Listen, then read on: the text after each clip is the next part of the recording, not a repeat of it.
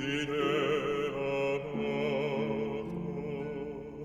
eremo della mente, romitaggio a pensieri, delizie all'intelletto, che discorre, contempla le immagini celesti sotto le forme ignobili e terrene.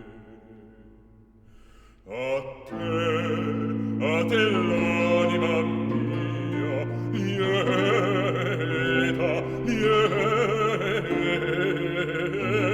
se viene, e lunge dalla corte ch'insolente e superba fa della mia pazienza anatomia. Qui tra le frondi e l'erba massido in grembo della pace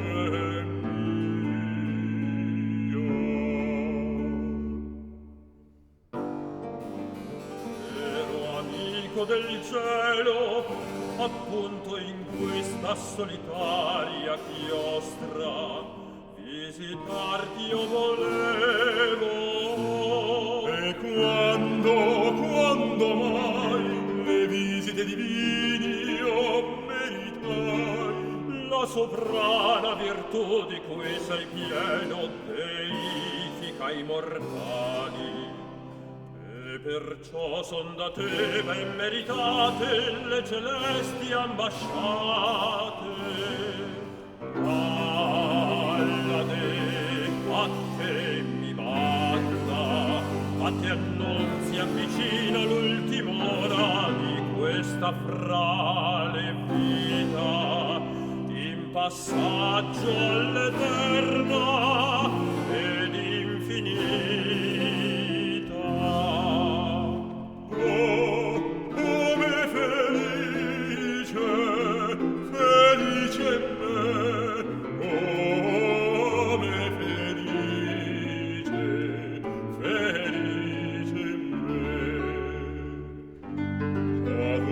So vivuto sinora degli uomini la vita, vincerò dopo la morte la vita degli dei.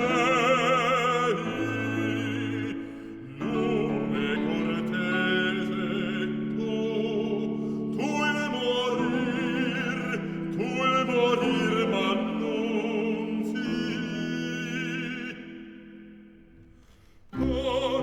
Fermo i miei scritti, autentico i miei studi. L'uscir di vita è una beata sorte. Se da bocca divina esce,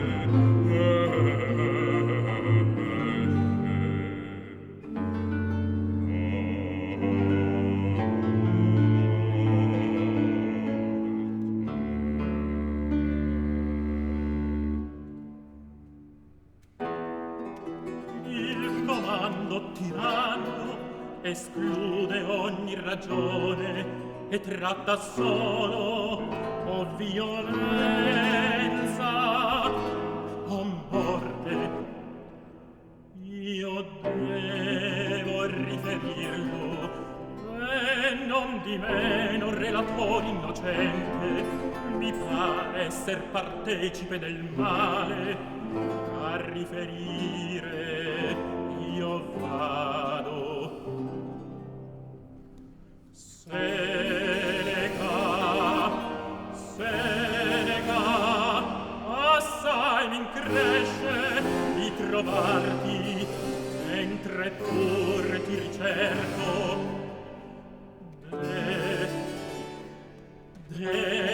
Non mi riguardar con occhio torvo, sa te sarò d'infausta nudo il corvo. Amico, tempo ch'io porto il seno armato contro i colpi del fato. La notizia del secolo in cui vivo forastiera non giunge alla mia mente. Se m'arrechi la morte non mi chiede il perdono. Rido mentre mi rechi un bel dono. Non più, a te mi manda. non più t'ho inteso e t'obbedisco. E come intendi me, pria ch'io m'esprima? La forma del tuo dire, la persona che a me ti manda, son due contrassegni minacciosi e crudeli del mio fatal destino. Già so, indovino.